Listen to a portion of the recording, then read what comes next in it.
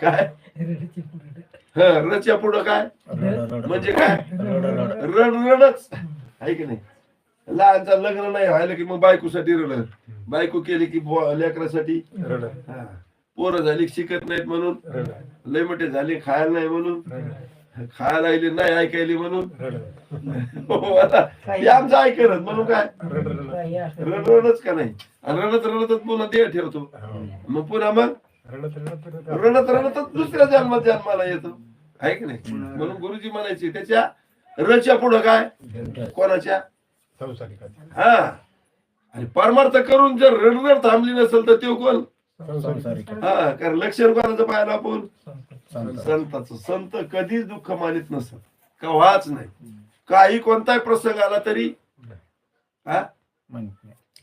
त्या एका भक्तानं तुकाराम महाराजाच्या